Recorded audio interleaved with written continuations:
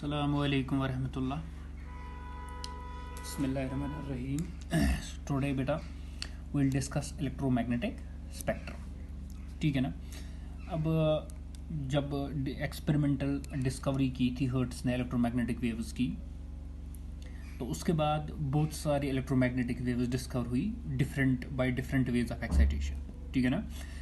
After experimental discovery of electromagnetic waves by Hertz, many other electromagnetic waves were discovered by different ways of excitation.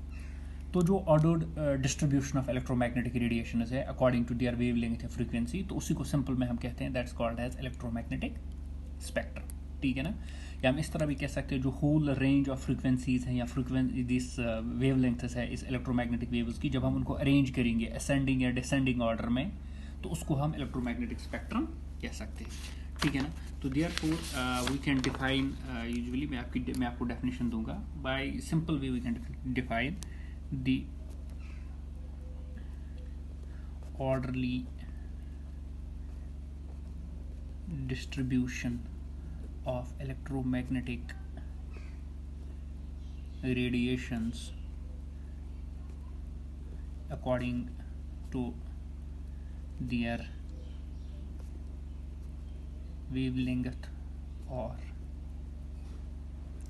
frequency is called the electromagnetic spectrum. यानी electromagnetic spectrum हमारे पास क्या है, simple एक order distribution है electromagnetic radiations का, उनकी wavelength उनकी frequency के हिसाब से. यानी जब हमारे पास एक डिस्ट्रीब्यूशन होंगे, जब हमारे पास एक डिस्ट्रीब्यूशन होगा जिसमें जो इलेक्ट्रोमैग्नेटिक वेव्स किस हिसाब से रखे गए हों, या तो फ्रीक्वेंसी के हिसाब से इंक्रीजिंग फ्रीक्वेंसी और decreasing frequency, increasing wavelength decreasing wavelength, तो देयरफॉर जो ऑर्डर डिस्ट्रीब्यूशन वहाँ पे इलेक्ट्रोमैग्नेटिक रेडिएशंस का बनेगा उसी को हम क्या कहते हैं, इलेक्ट्रोमैग्नेटिक स्पेक्ट्रम कहते हैं. या सिंपली जिसमें हम इलेक्ट्रोमैग्नेटिक स्पेक्ट्रम कहेंगे, एक वो ऐसा एक ये हम कहेंगे रेंज है, ये सारा एक रेंज जिसमें फ्रीक्वेंसीज और वेवलेंथ्स इन इलेक्ट्रोमैग्नेटिक रेडिएशंस के अरेंज की गई है in ascending or descending order. यानी the whole range of frequencies or wavelengths of electromagnetic waves arranged in ascending or descending order is known as electromagnetic spectrum. ठीक है ना.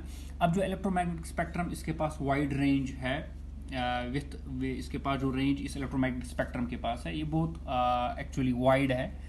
जो दिस रेंज है इस वेवलेंथ का, वो एक्चुअली रेंज वो starts from almost 10⁻⁻14 metre to almost 6 × 10⁻6 metre. ये इसका रेंज है. ठीक है ना. The electromagnetic spectrum has this much of wider range with wavelengths variation varying from 10⁻14 metre to 6 × 10⁻6 metre. अब जो सारा इलेक्ट्रोमैग्नेटिक स्पेक्ट्रम है ना, इसको क्लासिफाई किया गया है मुख्तलिफ हिस्सों में, in different parts and even सब पार्ट्स में भी इसको क्लासिफाई किया गया है in order of increasing wavelength. वो एक्चुअली मैंने यहाँ पे इंक्रीजिंग वेवलेंथ में आपको यहाँ पे दिखाया है जो मैंने बनाया है. ठीक है ना. According to their type of excitation के हिसाब से.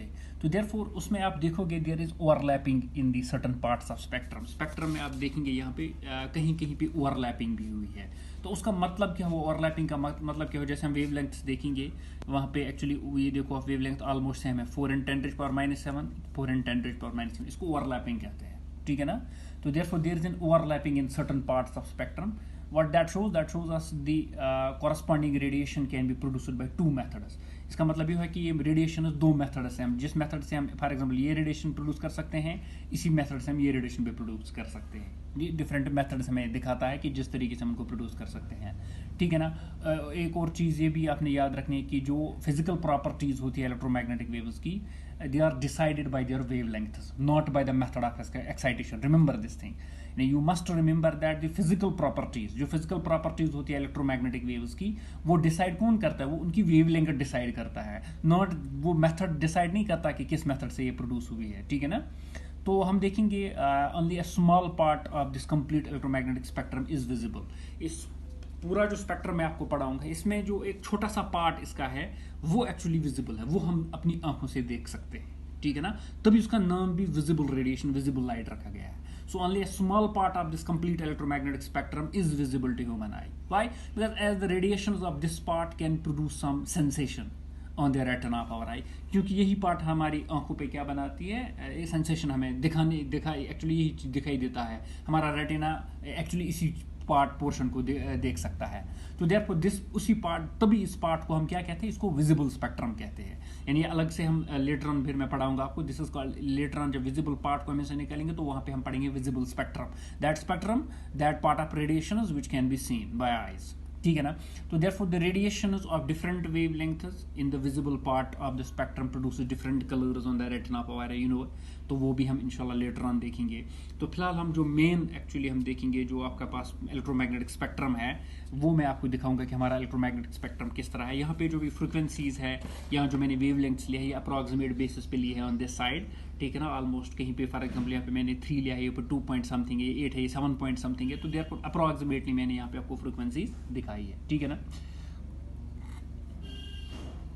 तो ग्रुपिंग आमतौर पर जब की जाती है तो मेनली जो ग्रुपिंग की वो डिपेंड करता है कि किस टाइप की प्रोडक्शन किस टाइप का है और डिटेक्शन किस तरह की जाती है, ठीक है ना। चलो let us see the electromagnetic spectrum. I will go from higher frequency, that is higher frequency में जाऊंगा नीचे, चूंकि हायर फ्रिक्वेंसी से लोअर फ्रिक्वेंसी में की तरफ में जाऊंगा, which means I will be going from lower wavelength to higher wavelength, ठीक है ना। इस तरह मैं स्पेक्ट्रम एक्चुअली आपको पढ़ाऊंगा। तो स्पेक्ट्रम में मैं पहले जो इलेक्ट्रोमैग्नेटिक स्पेक्ट्रम में है, इसमें हमने जो पहली रेडिएशन देखनी है वो है गामा रेज, यानी gamma rays is the first radiation जो मैंने यहाँ पे हम देखेंगे इलेक्ट्रोमैग्नेटिक स्पेक्ट्रम की, which is having the smallest wavelength but highest frequency. इसकी जो वेवलेंथ है वो ऑलमोस्ट अप्रॉक्सीमेटली रेंज करती है 6 × 10⁻⁻14 वेवलेंथ मीटर्स में, और आपकी फ्रीक्वेंसी हर्ट्ज में है, ऊपर यूनिट लिखा गया है, ठीक है ना। 6 × 10⁻⁻14 to 1 × 10⁻⁻10, यानी एंगस्ट्रॉम में यहाँ पे आपको मिलेगा। 10⁻⁻10 इज एंगस्ट्रॉम, उसको नैनोमीटर्स में भी लेटर ऑन बेटा कन्वर्ट कर सकते हो, ठीक है ना। तो ऑलमोस्ट जो हमारी गामा रेज है, गामा रेज की वेवलेंथ बेटा ऑलमोस्ट 10⁻⁻14 मीटर की रहती है, वही ना। रेंज होती है फ्रॉम 10⁻⁻10 मीटर टू 10⁻⁻14 टू 10⁻, यानी सबसे कम वेवलेंथ इसी रेडिएशन के पास, इसी ग्रुप ऑफ रेडिएशन के पास रहती है। इसकी वेवलेंथ जो होती है 10⁻⁻14 मीटर टू 10⁻⁻10, यानी 1 एंगस्ट्रॉम तक उसकी वेवलेंथ होती है, ठीक है ना। तो अंदाज रहे फ्रीक्वेंसी सबसे ज़्यादा होती है इसके पास, पेनिट्रेशन सबसे ज़्यादा, वो हम लेटर ऑन देखेंगे भी यूजेस में। तो 5 इसकी जो फ्रीक्वेंसी है वो ऑलमोस्ट 10⁻22 है, यानी 5 × 10⁻22 तो 3 × 10⁻18 दिस हर्ट्ज तक की फ्रीक्वेंसी इसके पास रहती है।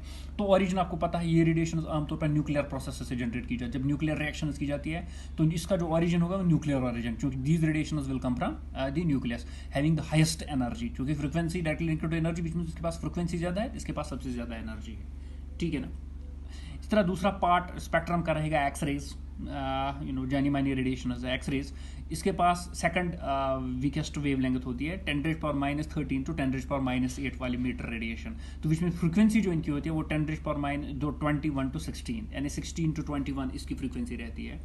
तो प्रोडक्शन सोर्स जो इसका है वो डीएक्सेलरेशन होती है, हाई एनर्जी इलेक्ट्रॉन्स की जब हम उनको डीएक्सेलरेट करते हैं तो उनसे भी ये रेडिएशन एक्चुअली क्या होती है, जनरेट होती है, ठीक है ना। इसी तरह थर्ड अल्ट्रावायलेट रेडिएशन, यानी ये वो पार्ट है जो हमको दिखाई नहीं देता, ultraviolet radiation, this the third part, third this set of the electromagnetic radiation जिनके पास सबसे कम वेवलेंथ है और ज़्यादा फ्रीक्वेंसी है। इसकी जो वेवलेंथ वो रेंज होगी 6 × 10⁻⁻10 to 4 × 10⁻⁻7 मीटर, ठीक है ना। और इसकी फ्रीक्वेंसी ज़्यादा 3 × 10⁻17 to 8 × 10⁻14। तो ये radiation actually excitation of atoms, जब एटम्स एक्साइट होते हैं उनसे, या स्पार्क एंड आर्क लैंप से इनको जनरेट किया जाता है, ठीक है ना। वो हम यूज़ में देख लेंगे वहाँ पे। अब आया पार्ट विजिबल पार्ट हमारा, ये वो पार्ट है इलेक्ट्रोमैग्नेटिक स्पेक्ट्रम का जो हमको दिखाई देते हैं, इसको लाइट भी कहते हैं, विजिबल लाइट इसको कहते हैं। तो रिमेंबर इसकी जो वेवलेंथ होती है वो 4 × 10⁻⁻7 to 8 × 10⁻⁻7, यानी अप्रॉक्सीमेटली, अदरवाइज इट इज 7.8 × 10⁻⁻7। तो रिमेंबर 4 × 10⁻⁻7 to 8 × 10⁻⁻7 इसकी वेवलेंथ रहती है। उसकी फ्रीक्वेंसी है 8 × 10⁻14 to 4 × 10⁻14। और ये भी एक्साइटेशन ऑफ वैलेंस इलेक्ट्रॉन्स, जब वैलेंस इलेक्ट्रॉन्स एटम्स के एक्साइट हो जाते हैं तो वहाँ पे वो जो रेडिएशन से जनरेट करते हैं वो विजिबल पोर्शन बनाएगा। तो इसको मैं एक्चुअली सेपरेटली भी आपको पढ़ाऊंगा, ठीक है ना, विजिबल पोर्शन को। इस तरह चलो आगे चलेंगे हम। इसी तरह उसके बाद विजिबल के बाद नंबर इंफ्रारेड का आता है, उसके बाद इसकी यानी इससे कम वेवलेंथ होती है, ठीक है ना बेटा। सॉरी वेव लेंथ विजिबल से ज़्यादा होगी और फ्रीक्वेंसी इससे कम होगी। 8 इंटू 10⁻⁻7 टू 3 इंटू 10⁻⁻5 और फ्रीक्वेंसी 4 इन 10⁻14 टू 1 इन 10⁻13। ये भी excitation of atoms and molecules की वजह से जनरेट होती है। उसके बाद हीट रेडिएशन उसकी बारी आती है, उनकी वेव लेंथ बेटा इससे भी ज़्यादा होती है और फ्रीक्वेंसी इससे कम। 10⁻⁻5 मीटर टू 10⁻⁻3 मीटर की वेव लेंथ रहती है और 3 into 10⁻13 hertz to 3 into 10⁻11 hertz की फ्रीक्वेंसी रहती है, ठीक है ना। आमतौर पर हॉट बॉडी जो रेडिएशन इमिट करती है वही हीट रेडिएशन होती है। तो उसके बाद one more important part of the electromagnetic is microwaves.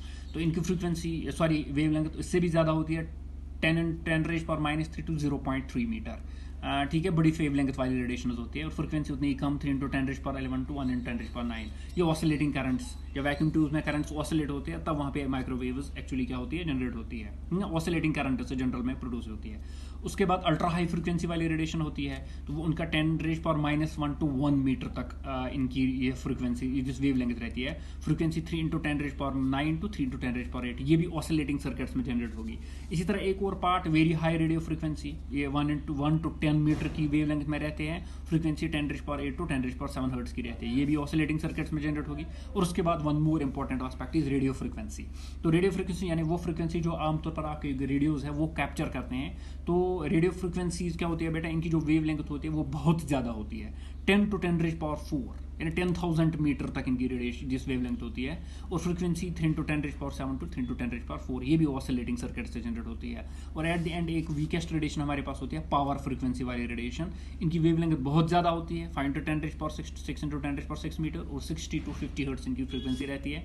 तो ये वीक रेडिएशन ऐसी सर्किट से जनरेट होती है। तो बेटा ये आपके सामने रहा once again, this is whole electromagnetic spectrum starting from gamma ray, X ray, ultraviolet, visible, infrared, heat radiation, microwaves, ultra high frequency, very high radio frequency and radio frequency, ठीक है ना। ये सारा आपके पास इलेक्ट्रोमैग्नेटिक स्पेक्ट्रम लाई कर रहा है, ठीक है ना।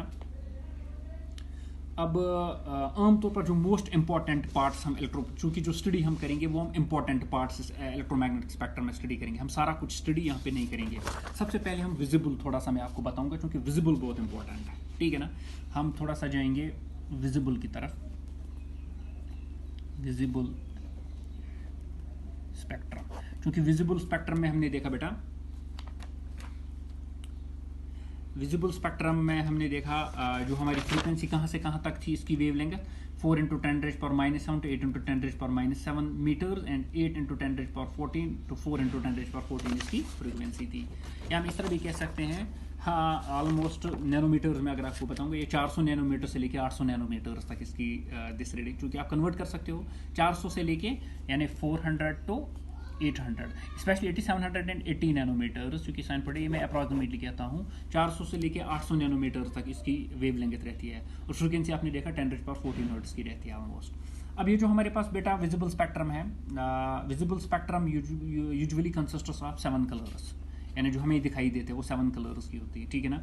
जिसमें violet, indigo, blue, green, yellow, orange, red, VIBGYOR के नाम से आप जानते हो उसको। रेटिना एक्चुअली इनको इजीली कैप्चर करता है।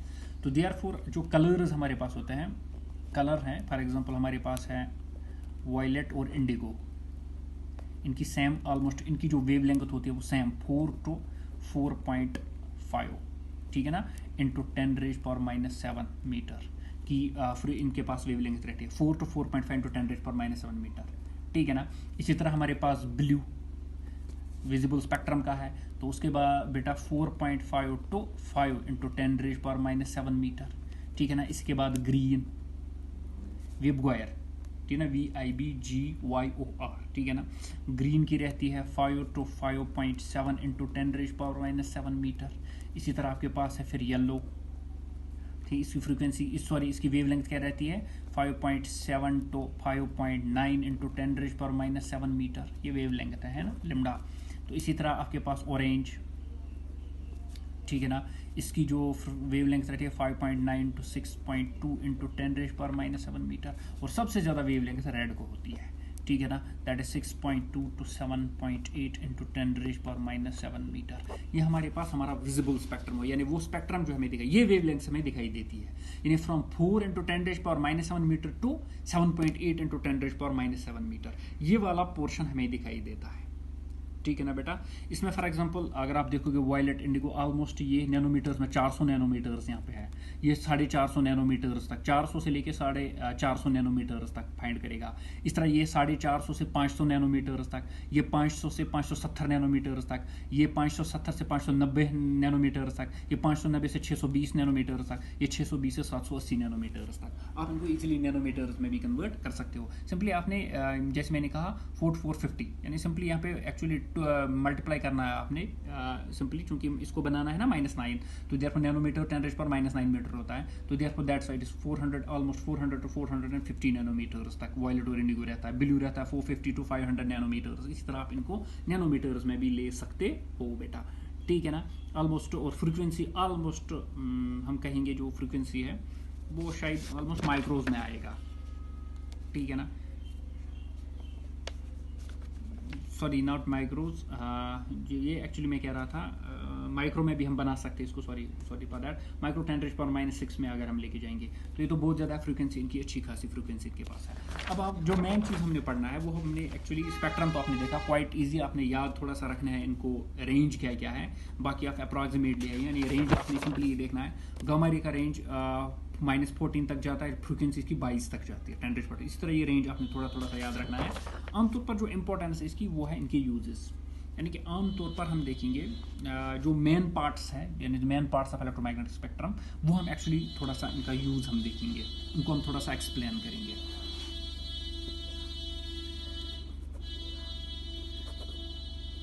Main parts of electromagnetic spectrum, ठीक है ना। जो मेन पार्ट्स है, जहाँ सारे हम नहीं पढ़ेंगे, जो इंपॉर्टेंट पार्ट्स हैं वो हम देखेंगे। तो इसमें जो बेटा जो इलेक्ट्रोमैग्नेटिक स्पेक्ट्रम है ना, वो ब्रॉडली क्लासिफाई किया गया है मुख्तलिफ पार्ट्स में, जो हम एक्चुअली डिस्कस करेंगे। सबसे पहले उनमें जो पार्ट हम पढ़ेंगे, हम नीचे से ही जाएंगे, रेडियो वेव्स हम पहले देखेंगे। ये आपने लास्ट पे देखा रेडियो वेव्स, ठीक है ना। तो रिमेंबर ये वो इलेक्ट्रोमैग्नेटिक वेव्स है जिनकी फ्रीक्वेंसी कुछ फ्यू हर्ट्ज से लेकर 10⁻⁹ हर्ट्ज तक जाती है, ठीक है ना। यानी radio waves, these are the electromagnetic waves of frequency ranging from few hertz. यानी ऑलमोस्ट हमने देखा इनकी जो फ्रीक्वेंसी है, अभी आपने देखा radio frequency 10 hertz, few hertz, ठीक है ना। तो 10⁻⁴, या यही भी रेडियो हाई फ्रीक्वेंसी, सॉरी 10⁻⁴, 10⁻⁷ या 10⁻⁸, कहीं पे 10⁻⁹ तक भी जाती है, ऑलमोस्ट 10⁻⁹ तक। यानी इनकी जो फ्रीक्वेंसी है it ranges from few hertz तो ऑलमोस्ट अप्रॉक्सीमेटली 10⁻⁹ हर्ट्ज, 10⁻⁹ हर्ट्ज तक जाती है। अब ये वेव्स जो है ना, ये किस तरह प्रोड्यूस होती है? ऑसिलेटिंग इलेक्ट्रिक सर्किट्स, जिनके पास एक इंडक्टर और कैपेसिटर हो। मेरा एलसी सर्किट याद है ना, टैंक सर्किट याद है ना, उसी के हिसाब से, यानी वो ऑसिलेटिंग सर्किट है ना, वैसे circuit actually radio waves produce कर सकते हैं, ठीक है ना। यानी ऑसिलेटिंग सर्किट्स, इनका जो मेन सोर्स है ना, वो मैंने पीछे भी लिखा है, वो है ऑसिलेटिंग सर्किट। अब ऑसिलेटिंग सर्किट क्या है? हमारे पास आमतौर पर एलसी सर्किट, यानी एलसी सर्किट एक ऑसिलेटिंग सर्किट है, यानी वो सर्किट जिसमें एक इंडक्टर और एक कैपेसिटर हो। तो वो ऐसा सर्किट हमें क्या प्रोड्यूस करके दे सकता है? ऐसा सर्किट हमें रेडियो वेव्स प्रोड्यूस करके दे सकता है, ठीक है ना। आमतौर पर प्रोड्यूस कैसे होते हैं? Radio waves are produced by rapidly changing electric currents in this LC circuit. जब एलसी सर्किट्स में करंट, आपको याद होगा, करंट मैग्नेटिक फील्ड में कन्वर्ट होता है, मैग्नेटिक फील्ड करंट में कन्वर्ट होता है। तो therefore radio waves are usually produced by rapidly changing the electric currents in LC circuits, ठीक है ना। और बाय इस तरह भी हम कह सकते हैं, और by accelerating motion of the charge in conducting wires. जब चार्जेस एक्सेलरेट होते हैं एक्चुअली कंडक्टिंग वायर्स में, तो उससे भी रेडियो वेव्स प्रोड्यूस हो सकती है, ठीक है ना। अब जो वेव लेंथ है इन रेडिएशन की, चलो फ्रीक्वेंसी की बात होगी, अगर हम वेव लेंथ देखेंगे इन रेडियो वेव्स की, वो है longest among all the electromagnetic waves। जो हमारी मेन इलेक्ट्रोमैग्नेटेशन है, उनमें वेव लेंथ इसकी क्या है? लॉन्गेस्ट। मेन जो हमारे पास इलेक्ट्रोमैग्नेटिक स्पेक्ट्रम का मेन जो पोर्शन है, उनमें वेव लेंथ इस रेडियो वेव की सबसे ज्यादा है।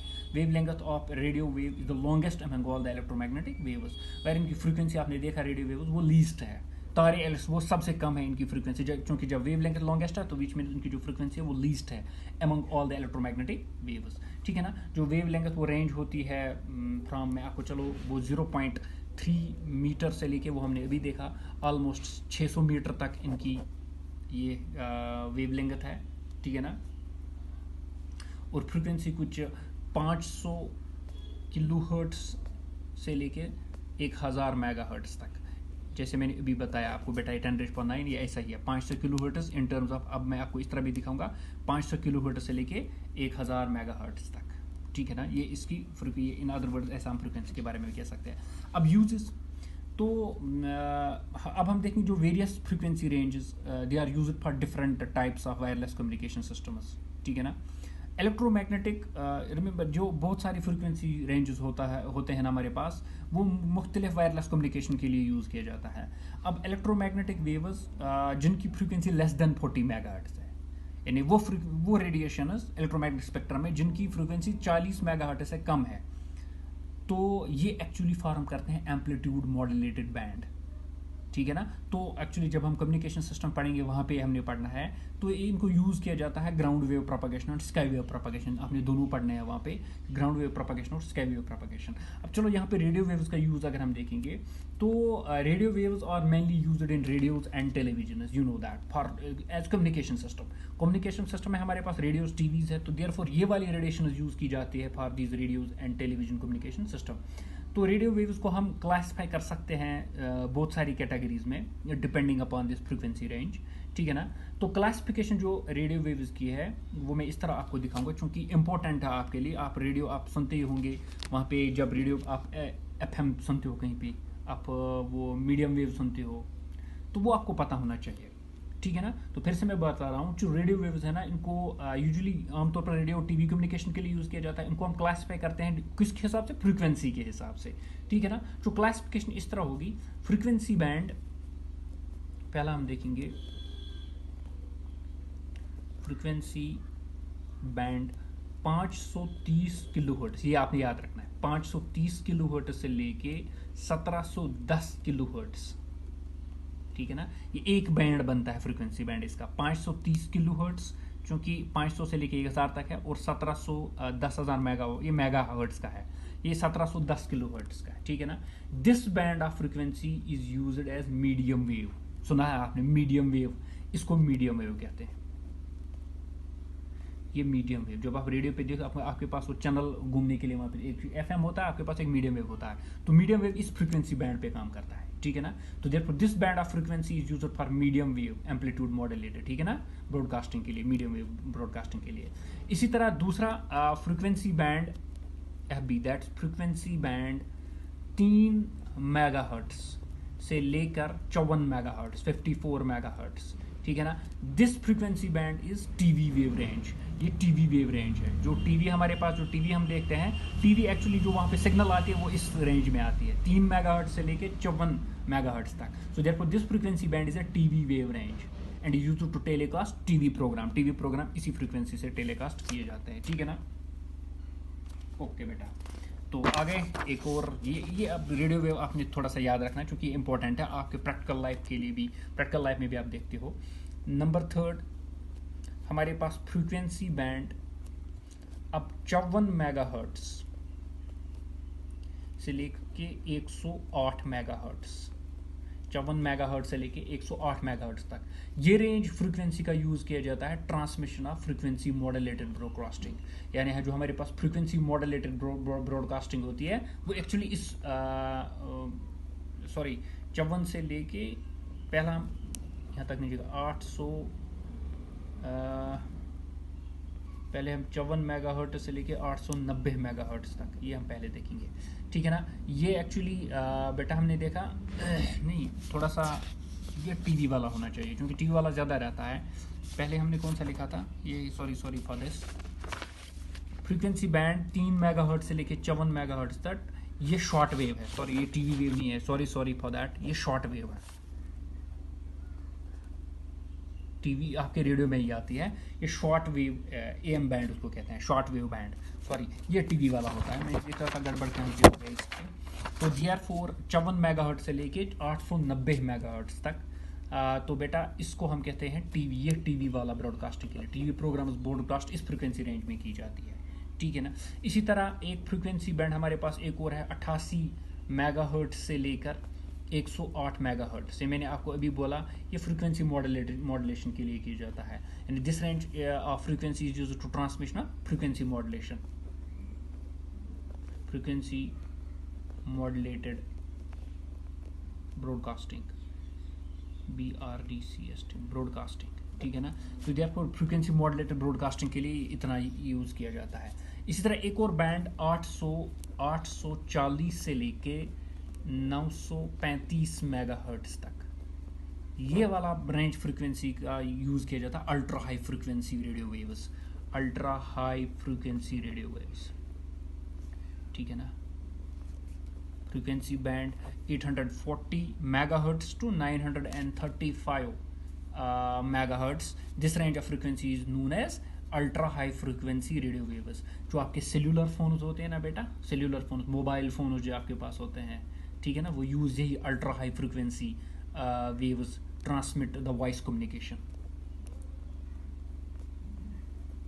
सेल्यूलर फोन जो आपके मोबाइल फोन, ये आपको याद रखना है, वो इस फ्रीक्वेंसी पे एक्चुअली क्या होता है बेटा, इस फ्रीक्वेंसी पे होते हैं, ब्रॉडकास्ट होते हैं, वो सिग्नल्स एक्चुअली ट्रांसफर इस पार्ट में करते हैं 840 मेगाहर्ट्ज से 935 मेगाहर्ट्ज में, ठीक है ना। The cellular phones make use of this ultra high frequency radio waves to transmit voice communication. तो देयरफॉर नंबर सेकंड एक तो रेडियो वेव्स अब हो गया, ज़्यादा नहीं है इसमें, ज़्यादा नहीं, अब हम डीप नहीं जाएंगे। अब उसके बाद माइक्रोवेव्स, ठीक है ना, गोफा माइक्रोवेव्स।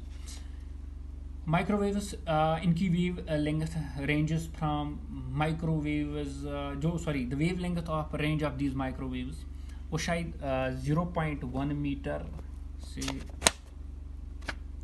लेके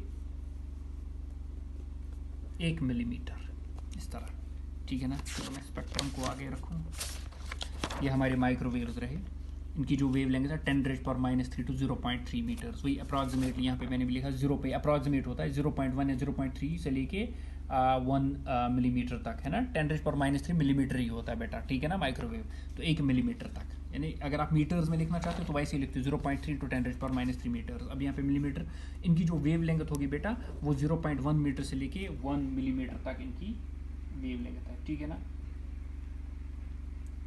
ओके बेटा, तो ये अब इनकी फ्रीक्वेंसी चूंकि वेव लेंथ इस माइक्रोवेव की वेव लेंथ जो है ना वो थोड़ी सी कम होती है, किससे, रेडियो वेव से, अलबत्ता फ्रीक्वेंसी थोड़ी ज़्यादा होती है। तो फ्रीक्वेंसी रेंज जो इस माइक्रोवेव्स का होता है वो 10⁻⁹ हर्ट्ज से लेके 10⁻12 हर्ट्ज तक, अभी आपने देखा ये इनकी फ्रीक्वेंसी ऑलमोस्ट, ठीक है ना। अब ये प्रोड्यूस कैसे होते हैं, ऑसिलेटिंग इलेक्ट्रॉन्स से, ठीक है ना। ऑसिलेटिंग मैंने आपको बोला भी, माइक्रोवेव जो होते हैं ये जब ऑसिलेटिंग करंट्स होते हैं स्पेशल ट्यूब्स में, तो उस ऑसिलेटिंग करंट की वजह से एक्चुअली हमारे माइक्रोवेव्स वहाँ पे जनरेट होती है। तो जो कॉमनली यूज्ड ऑसिलेटर्स जो यूज़ किए जाते हैं माइक्रोवेव को प्रोड्यूस करने के लिए, वो क्रिस्टन होते हैं या मैग्नेट्रॉन को कहते हैं, गन डायोड्स यूज़ किए जाते हैं, ये डिफरेंट एक्चुअली ऑसिलेटर्स है जो यूज़ किए जाते हैं। अब यूजेस क्या है माइक्रोवेव्स के, microwaves are used in radar system for aircraft navigation, 10th में आपने पढ़ा है बेटा, नेविगेशन के लिए रडार आपने देखा, सोनार आपने देखा, तो उनके लिए माइक्रोवेव्स यूज़ किए जाते हैं, यानी जिसमें नेविगेशन का काम इससे लिया जाता है। Microwaves are used for radar system for aircraft navigation, they are used for atomic and molecular research, atomic and जो मॉलिक्यूलर रिसर्च की जाती है मॉलिक्यूल्स पे, एटम्स पे, तो माइक्रोवेव्स यूज़ किए जाते हैं, ठीक है ना। इसी तरह ओवन्स, माइक्रोवेव ओवन आपने नाम सुना होगा, माइक्रोवेव तभी नाम ही माइक्रोवेव पड़ा है, तो माइक्रोवेव ओवन्स में भी बेटा यूज़ किए जाते हैं कुकिंग के लिए या वार्मिंग ऑफ फूड के लिए, ठीक है ना। तो जो फ्रीक्वेंसी ऑफ माइक्रोवेव्स ये एक्चुअली सेट की जाती है अराउंड 3 गीगाहर्ट्ज, ठीक है ना। तो which match the resonant frequency of water molecules containing the food content that makes them to vibrate at a large amplitude to produce heat. That heat produce is used for cooking or warming food. यानी कैसे, मैं थोड़ा सा मैंने आपको बताया कि काम कैसे करता है हमारे जो माइक्रोवेव ओवन, क्या होता है उसमें, चूंकि हम क्या काम करते हैं, जो माइक्रोवेव ओवन होता है उसमें जो फ्रीक्वेंसी हम सेट करते हैं वो अराउंड 3 गीगाहर्ट्ज की होती है। तो एक्चुअली उससे क्या होता है, वो फ्रीक्वेंसी जब हम वहाँ पे वो मैच कर जाता है विथ रेजोनेंट फ्रीक्वेंसी, जो वाटर मॉलिक्यूल्स की वहाँ पे अपनी नेचुरल फ्रीक्वेंसी होती है वो मैच कर जाते हैं इस फ्रीक्वेंसी से, तो देयरफॉर तब क्या होगा, तो उससे क्या होगा, तो जब रेजोनेंट फ्रीक्वेंसी, जब वो फ्रीक्वेंसी मैच होगी तो then what will happen, then वो वाटर मॉलिक्यूल्स वहाँ पे क्या होंगे, वो वाइब्रेट होंगे विथ अ लार्जर एम्पलीट्यूड, या जिसकी वजह से क्या होगी, एक वहाँ पे हीट प्रोड्यूस होगी। तो देयरफॉर हीट प्रोड्यूस होने की वजह से आपका खाना जो है ना वो पक जाएगा, क्योंकि खाने में पानी रहता है थोड़ा सा, वो वार्म हो जाएगा। इसी तरह माइक्रोवेव यूज़ किए जाते हैं for communication, for cellular phone भी बेटा इस माइक्रोवेव का यूज इस्तेमाल करते हैं, क्योंकि फ्रीक्वेंसी रेंज इसी में लाई करता है, इसमें भी लाई करता है, ठीक है ना। तो वेदर राडार्स भी, जो वेदर सिस्टम आज आप जानते हो, वो भी किन चीज़ वेव से, रेडिएशन से डिटेक्ट किया जाता है, वो माइक्रोवेव से ही डिटेक्ट किया जाता है, ठीक है ना। अब थर्ड वाला पार्ट हम देखेंगे, वो हम देखेंगे इंफ्रारेड का।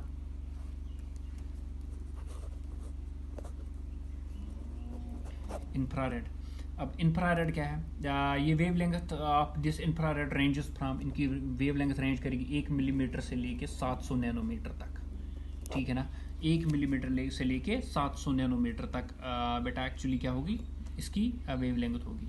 पहले वेवलेंथ तो कम है तो फ्रिक्वेंसी ज़्यादा होगी थोड़ा, तो इसकी फ्रिक्वेंसी वो हमने देखा 3 × 10⁻11 to 4.3 × 10⁻14 हर्ट्ज़ की फ्रिक्वेंसी रहती है।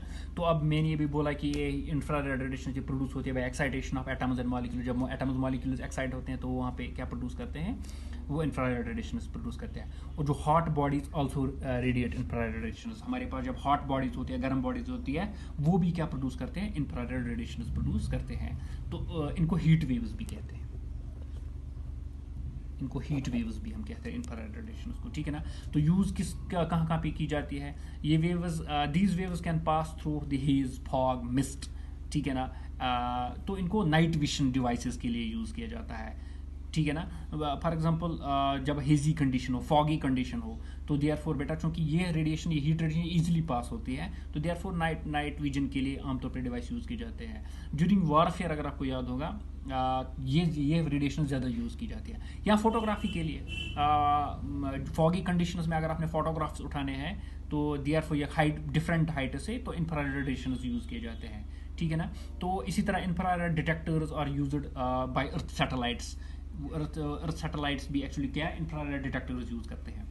इसी तरह एक और यूज़ हम देख सकते हैं कि these waves also are used to function the green houses because greenhouse gas, carbon dioxide and water vapors absorb the infrared radiation।